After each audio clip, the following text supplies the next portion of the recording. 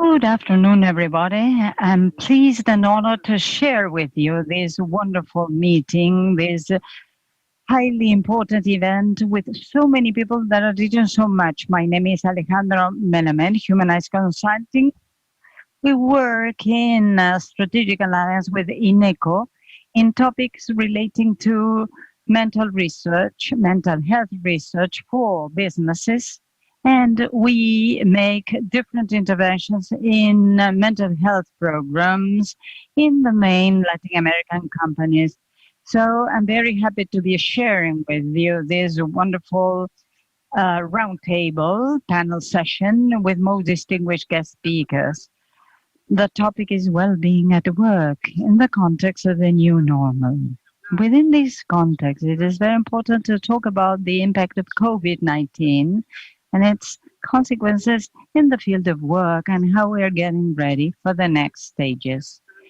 Gabriel Recarde, Joaquin Venus, Galán, and Natalia Mileo. We are going to give the floor to the first guest speaker,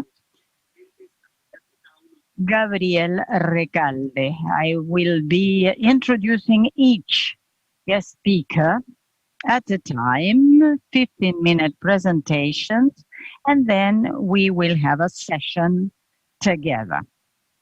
So, the first presentation by Gabriel Recalde, Public Policies Manager for Instagram Figures Inc. for Latin America. Before joining Facebook, he was the manager for public policies and government relations for Google government.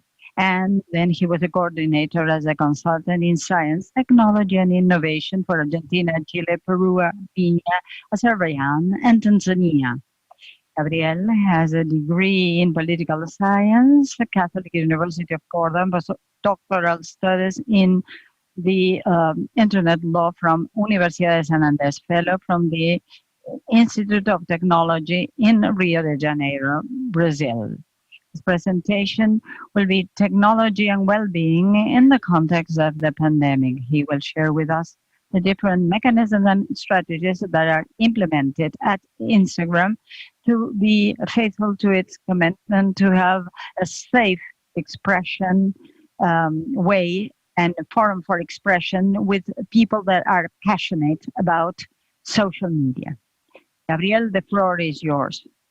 Thank you so much, Alejandro, Ineco, and the whole team for the invitation and all those that have joined us through the screen. I'm going to share my screen with the audience. And as Alejandro mentioned, I will be focusing my presentation on sharing with you the Instagram approach in order to promote safety, well-being, and mental health promotion. Of course, all these efforts are driven to the platform users. Therefore, I'd like to share with you something about Instagram's mission. It's a forum so that people may be brought together to share things that are passionate about tourism, sports, athletes, artists, family members, friends. Instagram is used in different ways to share daily life and also to create identity movements and create support communities. There's a broad range of purposes for which Instagram has been created in a safe, robust fashion in order to promote well-being all the time. For those who are not familiar with Instagram, it allows you to connect with interests and people through different surfaces, discovery surfaces. First, you have the feed stories. You, of course, begin your session. You see the content of the accounts. The explore session, where users can access to accounts that they are not following based on more than 500 signals based on user experience. Then hashtag search, which allows you to find new content related to specific content. topics. And Reels, the last one to be launched, that has to do with short videos, 15 seconds only. So Instagram is a wonderful way to create a safe platform for younger people. What do we mean by that? That they have available different tools and different control mechanisms to have a safe experience, but also a positive experience. We are caring for all the communities and we care for self-care. So we think out of the box and we go beyond the usual thinkings. We are thinking about the wellness and well-being of our own users. It is not only a matter of having tools to make our privacy safer, but it is a matter of protecting and caring for Instagram platform users. So safety and well-being of Instagram is based on 3 pillars: policies and technology, relating content and technology, of course. 2, safety tools and security tools, exercising control over the user experience. And 3, programs and alliances. We have different experts that educate our customers on the use of Instagram. Pillar number 1, policies and technology. Generally speaking, we share the same policies with Facebook as regards content. Of course, we do not allow hate context, and this is based on our community standards, seeking a balance between ensuring freedom of speech and at the same time promoting a safe, positive environment for all. We base our efforts on principles that are operable and explanatory. We receive comments on our policies and how they are applied. We are always reassessing our policies based on the consequence and results and outcomes after their application. Briefly, Instagram community standards are rules that allow us to live together. These rules are defined by our company. We say what it is accepted and admitted and what is forbidden or banned. In the field of mental health, we care for any kind of content, and we are against also any kind of content favoring suicidal trends and or any other action that may be harmful to health. Of course, we are against hate content, bullying, sexual violence. How we detect this unauthorized context? We have a group of experts that have been specifically trained for assessing content quality. So any user can report an irregular situation, and our team, specifically trained for detecting, makes use of the specific detection technology. So again, a user may report hate content, so to speak, whether we are talking about accounts, feeds, hashtags, stories, direct IGTV, whether they are photos, videos, or comments. And of course, we keep an eye on the fact that our policies will not be trespassed or infringed. Here you have our trained team members in more than 50 languages, 24 hours, 7 days a week.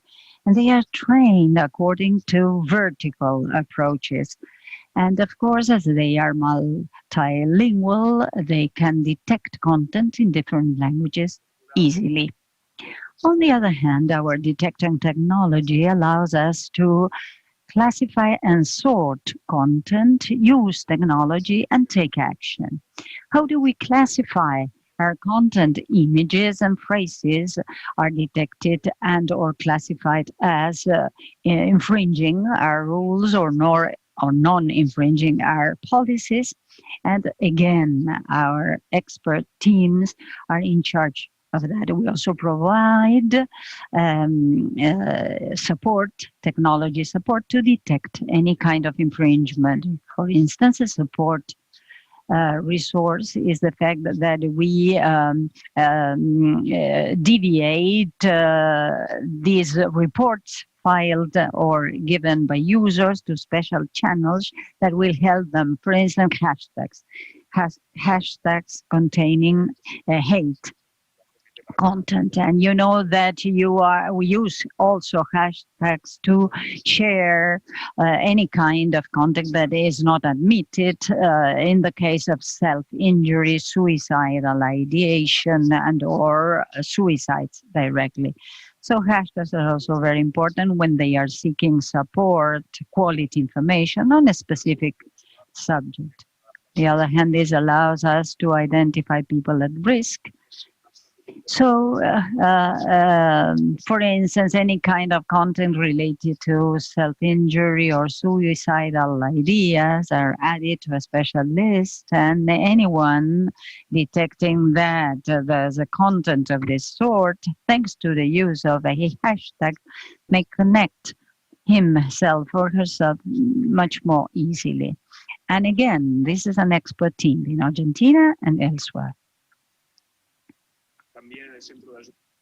We have a support center where you can find more resources. Remember that I'm giving you two examples, suicide and self-hurting, self-injury. Pillar number 2, tools. Instagram tools, safety tools, and security tools that are directly related to providing options and resources to users based on the experience they want to have on our platform. They should know what kind of tools are available for them to do that. Generally, our tools are divided into 4 sections: privacy interactions, time, and seeking support. When we say privacy interactions and time, we are thinking about managing these 3 things. And when we say seeking support, we are directly relating to the fact of making a report or reporting an irregular situation. As regards well-being in the context of Instagram, we manage interactions and we have comment filters. Comment filtering may be either manual or automated, because of course you can control and do some kind of oversight, supervise that sort of comments that users are including in our platform. And of course, we can deactivate comments that are heinous. We have automated filters, as I told you before, where you can create word lists manually, on the other hand, so that comments that are made, if the comments include some of those words, the comments won't be published and are published. A major tool to combat intimidation as well as harassment is a warning. So, for instance, when somebody wants to make an offensive, aggressive comment, Instagram technology detects the intention of a person making such a comment. And of course, it triggers a red flag for any other persons that may be, of course, coming across the comment, which is offensive, heinous, or, of course,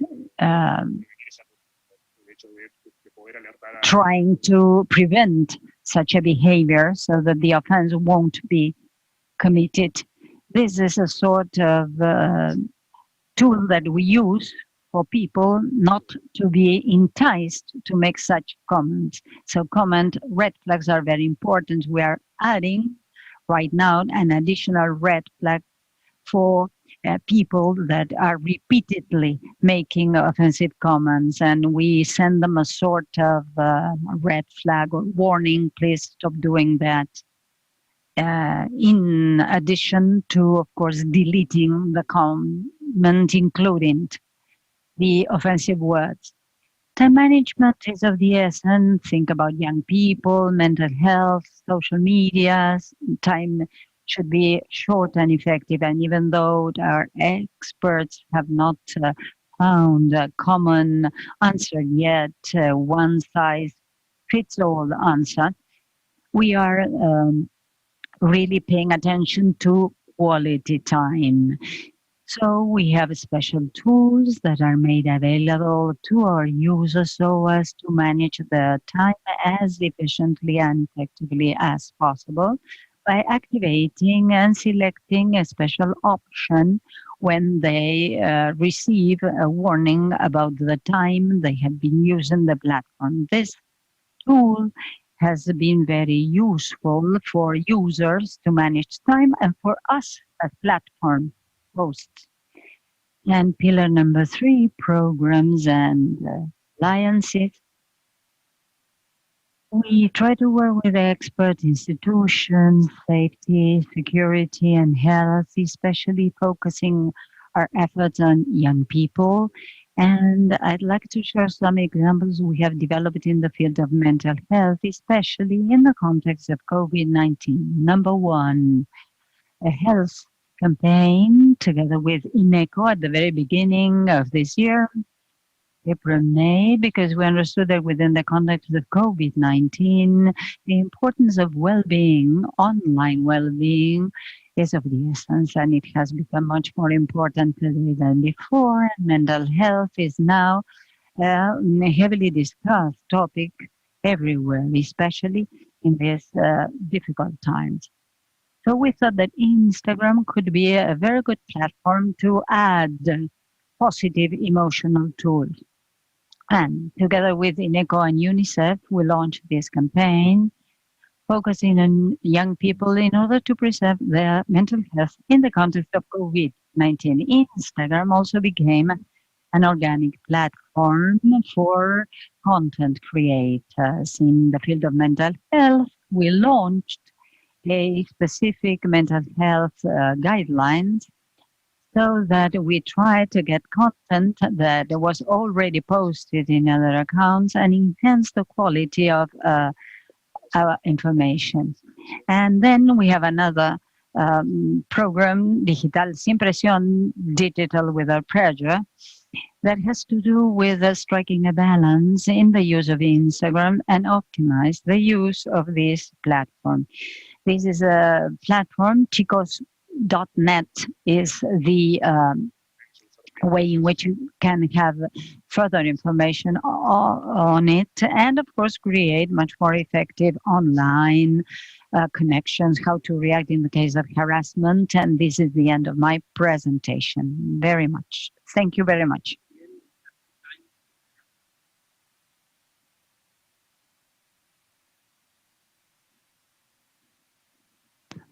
Now we will take the next. We are going to introduce Joaquin Venus. He develops programs and he intend to improve the well-being and performance of people within organizations, having an impact on their motivation, faithfulness, loyalty, and productivity. He defends that happiness in organizations is something very serious. After 15 years working in multinational companies, he realized he was successfully unhappy and decided to research on positive psychology. Since 2014, he has specialized on the positive impact of increasing happiness in people within organizations. Since then, he has developed training programs for companies, helping people improve their well-being and their productivity.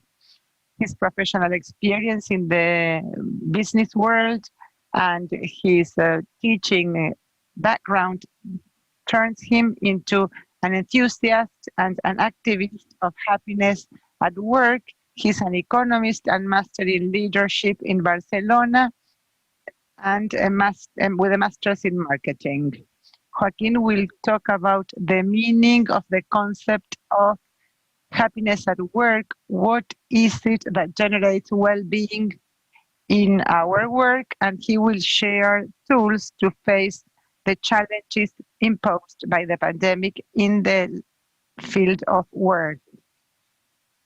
Thank you for the introduction. It's an honor for me to be in such a prestigious conference. Thank you very much. In the next few minutes, I will talk about how, irrespective of our circumstances, how we can act to improve our well-being. And I'm going to share 3 tools that can help us implement this in the pandemic. Before, I'd like to explain what I understand by happiness at work, because many people may think that happiness at work is always being joyful and having fun in those rooms where there are games to play with ping pong or shared spaces where you can play, those playful environments. All of these activities we do when we are not working. That is the hedonistic part that Facundo was mentioning at the beginning.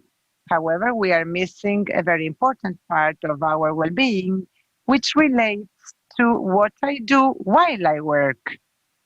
When I do my job, positive psychology shows there are several elements that may improve our well-being, but there are 2 that stand out. One relates to results, making progress in something that makes sense.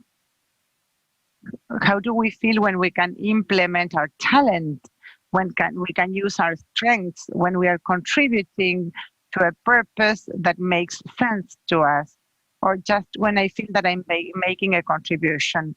That feeling I have when we have a problem and we are stuck with it and I manage to solve it, or being able to apply my creativity in a product design or in providing a service or just improving a process. We do this when we are at work. The other big element that positive psychology talks about is social relations. Facundo Manes usually says we are social animals who need to relate to others. And doing that while we are working in an environment of trust where we feel well has an impact on our well-being. And that is why that feeling of well-being is generated as a result of doing our job. That is what I'm talking about. We may ask ourselves, who is responsible for people to be happy at work? And in my view, this is shared by the organizations or companies. When we feel well, we are more committed to our employer. It's more unlikely for us to go to work in other companies. Our performance will be better. No matter how much a company may do, if each of the individual members doesn't do anything, they won't get much. What can we do to improve our well-being at work? I will share 3 tools that relate to training, and we are going to give you a practical exercise. The first tool is being positive, positivism, understanding it as the ability to see what's positive in past situations, in present situations, and especially about the future. It is the concept of playing the best possible game. When we play cards or any other game, we are playing to have fun, but also to win. And in life, sometimes the cards we get are not so good, but when we are playing, we play to win, or at least to lose the least possible.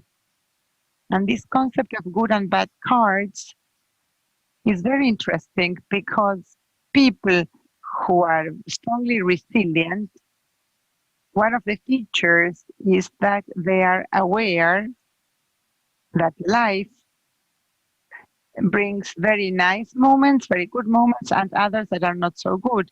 And being aware of that, seeing the big picture, allows us to overcome difficult times.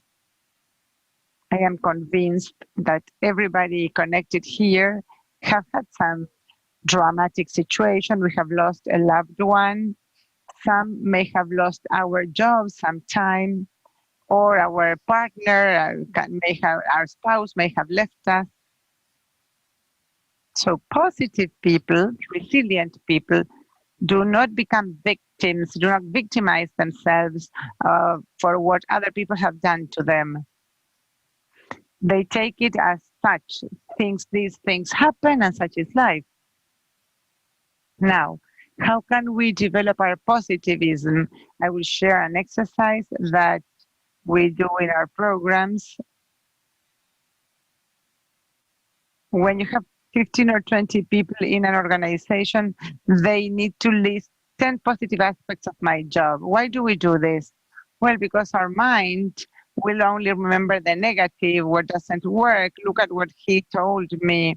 Well, he's never on time. Well, we sometimes highlight the negative and not the positive.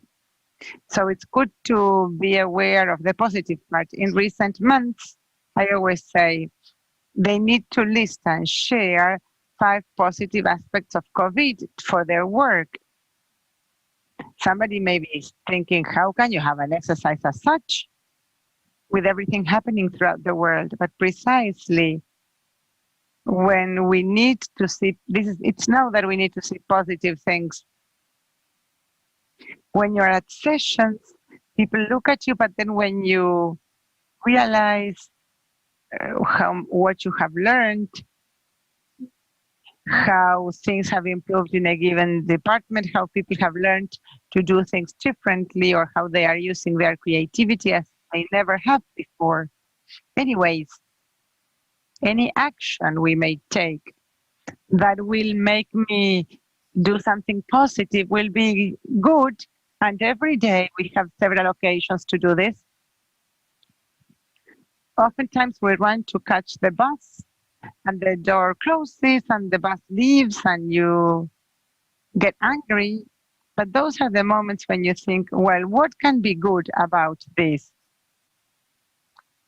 If I just made a presentation and it didn't go very well, what can I improve in this presentation? Well, that is the first concept, the first element, positivism. The second element, or the second tool, is to focus on what I can control. It's no good for me to be positive about the future if I don't act. This connects to another skill of resilient people. When faced with complex circumstances, they say, well, this is what there is. I won't be able to change it. From here on, what can I do? And they will focus and put all of their energy there. And with COVID, it's a good example, a good moment to think about it. In these complex circumstances, what is it that we can do? Let me give you real examples. One of my customers, they have salespeople who are selling less, they're getting less orders, clients are concerned with the situation and they cannot be visited because they need social distancing, so conversations are over a screen. Sometimes they need to negotiate new projects through a screen. We might victimize ourselves or blame others or blame the situation, or else think, what can we do? And in this organization, do I need to change my elevator pitch? Do I need to be trained in skills that will enable me to negotiate over a screen, which is not easy? Another example. I'm sure there are many people who are connected and who are unfortunately unemployed. This is traumatic. Well, thinking that there is a crisis, that it's going to be very complex to find a job, will not help us. What is going to help is to start thinking what I can do, as many people are doing now. This is an excellent moment to be trained. We have never seen such a broad training and such an affordable training opportunities as you can find now. So what skills can I be trained in? Right now, there are competencies and skills that didn't exist 1 year ago, and they are now in high demand. That is something that you can learn in this situation. That would be the second element, focusing on what I can control. And the third is gratefulness, gratitude. That is the ability to see positive things and the ability to express my gratitude. That is a great generator of happiness. When we appreciate something, dopamine and serotonin are activated, and that makes us feel good. And gratitude strengthens our bonds with other people, and that is why it is so important. Somebody might say, well, being grateful is not easy at these times, the same as with positivism. It's not easy to be positive, but it is now that it's most necessary. So what can we do to increase our gratitude? There aren't many tricks here. We just need to practice. I share 2 actions that we do in our programs that have an impact. The first one, suggesting that once the conference is over, send a message to somebody who did something for you in recent weeks or months. Just 3 minutes writing to say, well, whatever you did, thank you. It has had a positive impact on me or in my team. And realize and be aware of how we feel when we send such a message. This is especially indicated for people who manage other people. When people's morale may be low, it is always good to recognize the effort they are making. And the second might be to carry a gratitude diary. That is very simple. Write down at the end of the day 3 positive things that may have happened. I will share with you. You can see it because of the light, but this is my gratitude diary for the last few months. And positive psychology explains that carrying such a diary has an impact on our well-being at a minimum effort, especially when you repeat it these at least for 21 days. That will generate the habit and therefore have an impact. A patient of one of their programs was explaining the other day that she was having a difficult time, and she said, I may have the most miserable day in my life, but nobody takes away the 3 positive things that I write down every day. So in concluding my presentation, we have seen how we can act irrespective of circumstances to improve our happiness at work. We have seen 3 tools that can help us: positivism, focusing on what we can control, and gratitude. And I'd like to end with a question. Watching 10,000 hours of television can make us experts, but only if we try making another. If we watch cooking programs, we can only learn by practicing, by making, by cooking. So what are you going to do with the tools that you have learned in this conference? What can you do with these tools? Would you write down the positive things that you have seen? This symposium has highlighted the importance of gratitude. Why don't you try with this gratitude diary? We were saying at the beginning that life is a long game with cards. Sometimes cards are not so good. And in some other occasions, it's easier to be optimistic. It's more difficult to be optimistic when we have bad cards.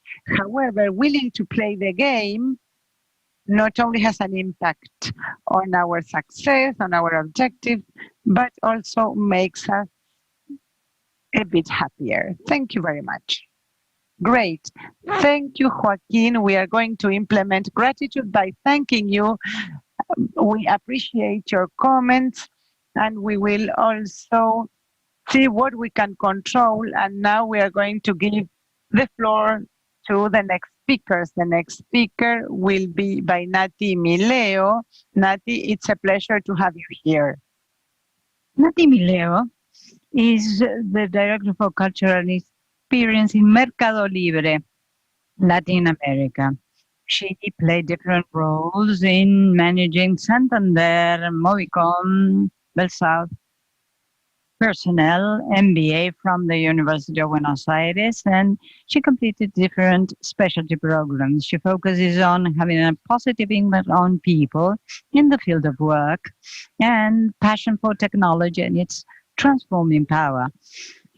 Together with Pablo, they have a wonderful family, and Manu and Kata and their children.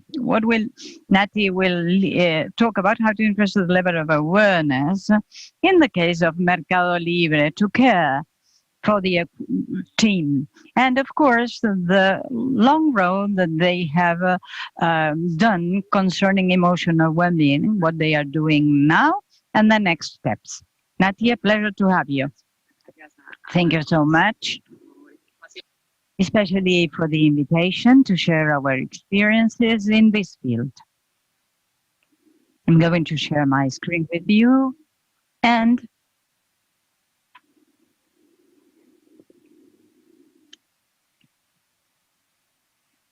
which is our purpose. Joaquin mentioned the relevance of purpose.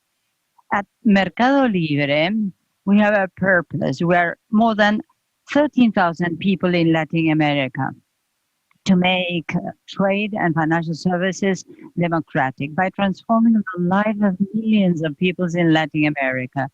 Consumer habits have changed and they have had a great impact on our business, and we have been able to help people come closer as regards first necessities and different products that they need. We are helping SMEs to operate and trade in the difficult times of COVID-19, which are our priorities. Number one, we want in the field of Mercado Libre, and taking into account these business changes, we want to preserve our health. We have three priorities in mind. And as I was telling you, number one is preserving health, especially in the coming months. Number two in this case, ensuring business as usual, because we must be certain and the fact that our business will keep operating smoothly. We have to change work habits. 92% of our employees, I told you there were more than 12,000 and 13,000 in many cases in Latin America. They have to work right now online on a remote basis. And of course, making use of different tools. Imagine what is going on at our storage centers. We must put stringent safety and security protocols in mind, supporting, that's number two, supporting users and the community. Of course, we want to offer them product discounts, and many other possibilities for those who give gifts and extend loan payment terms. And over the last month, we are supporting SMEs so that they can have access to digital services, so that they can be operating remotely. And number three, the one I mentioned as number one before, is connected with preserving health. So, I mean, having joint ventures, entering into strategic alliances, so that when we say health, we are preserving physical and emotional health of people as McDonald's, Burger King, and many other companies that may be working with us, Mercado Libre, in order to preserve and enhance health. The strategic alliances are connected with job creation. One of the main purposes our company is currently pursuing in times of the pandemic. Again, this is a very difficult year. Now we are creating more than 1,000 jobs this year. So you can imagine that our company, as Ale mentioned, this purpose of preserving health is very special and important in times of COVID-19. What about prevention and how we can cope with these new working methods. Well, we have raised awareness as to the fact that we should be healthy physically and emotionally. And now we are trying to devise new solutions for everyone. As regards physical health, we have made available different tools in different formats to our users, consistent with this new real world. We, of course, are based on technology, and we work on a collaborative social media / network basis. I mean, physical exercise for everyone, virtual digital medicine for all. And when I say physical exercise, we have a special yoga program for our employees and also for our people who are using our platform. And then we have nutrition. So we have physical exercise, digital medicine, nutrition. Nutrition is of the essence because it is a wonderful tool to prevent disease and keep ourselves healthy. And of course, from the standpoint of benefits derived from food and eating, we have a 4-pillar that is connected with not only nutrition and nutritional tips, but also to the benefits derived from specific foods and also from specific eating habits. These benefits are also applied to chain stores, supermarkets, and any other grocery stores where users may be buying products from. We're helping people to equip their offices at home. So we have a special program that is called Active Pauses, just to find some rest. And in the field of teleworking, we are offering office equipment, and we also have experts delivering lectures and different speeches concerning how to make use of open spaces in order to keep ourselves healthy. Migrating to remote work. We are a digital company, and we, of course, are accustomed and used to working remotely. We were working remotely once a week. Of course, all of a sudden, the COVID-19 posed new challenges, and of course, we had to learn a lot of things all of a sudden in 24 hours. So when we do work remotely, it's very different if you're working only one day a week than if you're working all weekdays. So we have to reconfigure and reshape our living habits at home. We had to start learning on how to work along these lines, especially along the lines of 2 pillars. Number one, with leaders, so that leaders would have tools and accompany teams and manage all these new challenges and try to remove worries as much as they could.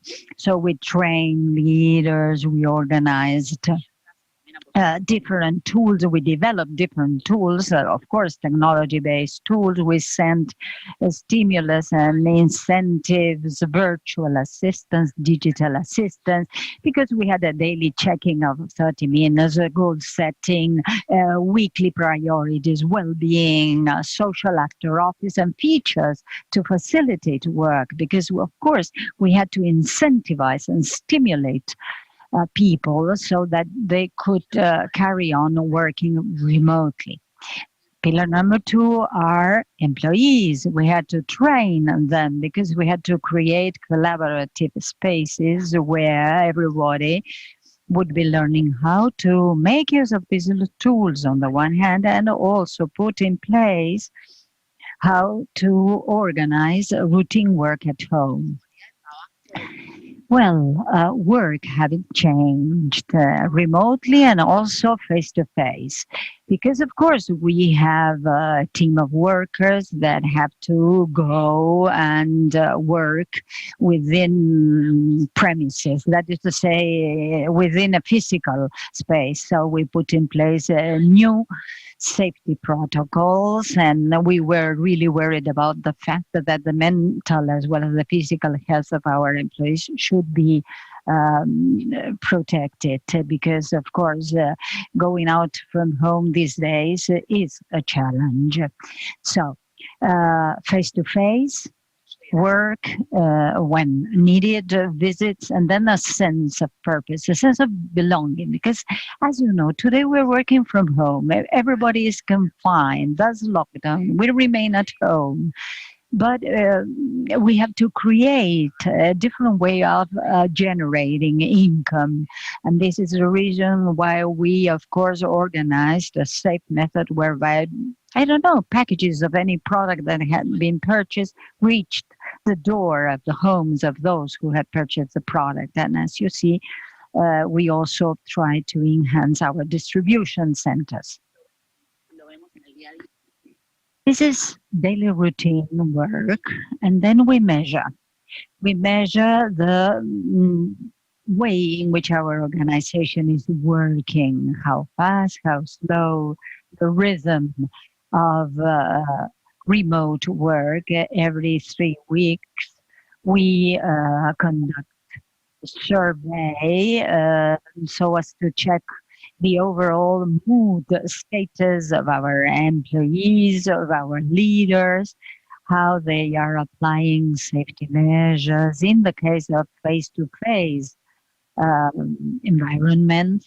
And then I will share with you the latest developments in the field of mood improvement, because we were focusing on the fact that mood should be kept high and safe.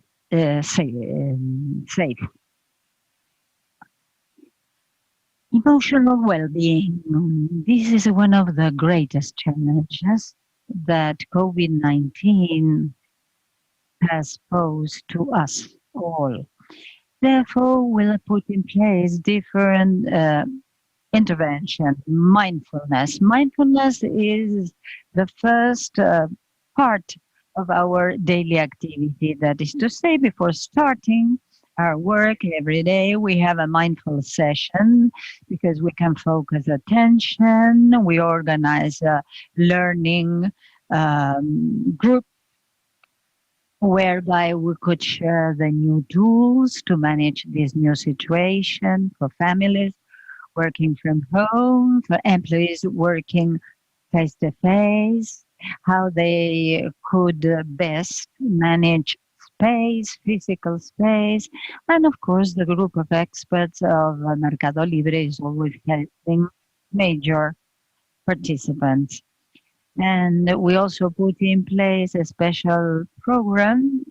This is called Employee Psychological Assistance Programs, giving help for, well, employee and family assistance, giving them psychological support, including content on emotional well-being, mood disorders, sleep habits, sleep disorders, and topics concerned with bringing up children.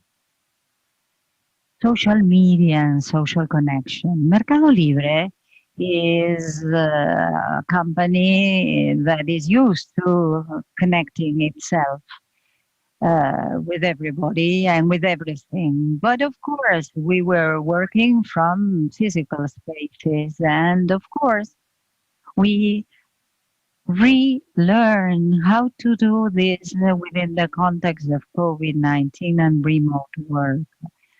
Therefore, our social media, including new playful initiatives, and we invited teams to accept new challenges, make cultural visits, hobbies, different recommendations for better living. And after office meeting, we started to include these daily routine practices remotely. And we became connected from a different physical hub. And concerning the most important highlights concerning emotional and mental health in Mercado Libre, we work with Joaquin and INECO. We mapped the levels of anxiety and depression, anonymously speaking, in our employees. And we were able to go hand in hand with them, accompany them along the lines of managing stress and anxiety. This was a regional effort. We conducted surveys and sent questionnaires, which allowed us to confirm the finding research in eco-humanized consulting effort. And we could detect protectors as well as stressors in times of COVID-19. And we were able to improve and extend and broaden our well-being proposal and initiative, focusing ourselves on our strengths and our possibilities for strengthening our strengths. This is the agenda that we have now in place. Social agenda, physical agenda, the importance of physical exercise, nutrition. In the case of social, it was the after office meeting, and then mental emotional, sleep emotions, bringing up children, gender, and time on, time off. Because these three pillars, social, physical, and mental emotional, was of the essence, as I mentioned before. Sleep emotions, bringing up gender, and time on, time off. How you manage time. And we added 1 day of holidays. So this is what we call an additional holiday day so that they can have additional rest. Thank you. Thank you so much, Nati. This is very interesting indeed. Thanks to the three guest speakers, we have learned a lot. And now I'm going to invite you to answer one question in 1 minute. Please manage your time. My question: how do you imagine that organizations will work in the future along the lines of well-being within the context of COVID-19 right now and the next steps after the pandemic? Same sequence, 1 minute each. Gabi. Again, and thinking about next steps the day after, and seeing that experts agree that the pandemic has enhanced the mental health challenges, we from Instagram, Facebook, think that these are platforms that connect people to one another, and we want to continue to create new resources. Just some time ago, October the 10th, International Day, Mental Health, we implemented a new resource for mental health, including information from experts all over the world on disorders connected with anxiety and stress. And we are still working with experts, and we will keep on working with experts along these lines. Joaquin, for my part, if we see what happened before, when organization 20, 30 years ago, and even 10 years ago, invested money in being, of course, achievers. Now that money is being invested in developing emotional skills. 10 years ago, speaking about emotional well-being, this would be science fiction. So we see that Thanks to the pandemic and remote working habits, emotional well-being will be of the essence, connecting emotional well-being with resilience. And I think that, again, well-being is very important if you want to perform better. Nati, well, with everything that you have just said, you are going to keep on investing more in this case. Well, Common Care Agenda is one of the main initiatives for employees, users, and leaders. I think that this is very important. And when I say users, I social media users. Now, from the standpoint of Mercado Libre business, organizations are trying to see how can contribute to reactivating the economy here, there, and everywhere by keeping an eye on mental health and safety protocols. And all this is directly connected to the protection of the environment. I think that this pandemic has left many lessons learned, and there are many lessons to be learned in the future. Thank you so much. So now, taking into account that Joaquin mentioned gratitude, I am highly, highly grateful to you all for your presentations. We have learned a lot along the lines of this nutritional virtual roundtable or panel session. And to the audience, I'm going to tell you that the next presentation will be Music and Wellbeing, and Teresa Torralba will introduce the guest speaker. Thank you. And we hope that we'll keep on working and learning a lot. And the next time, face-to-face meeting so that we can look into our eyes. Thank you so much.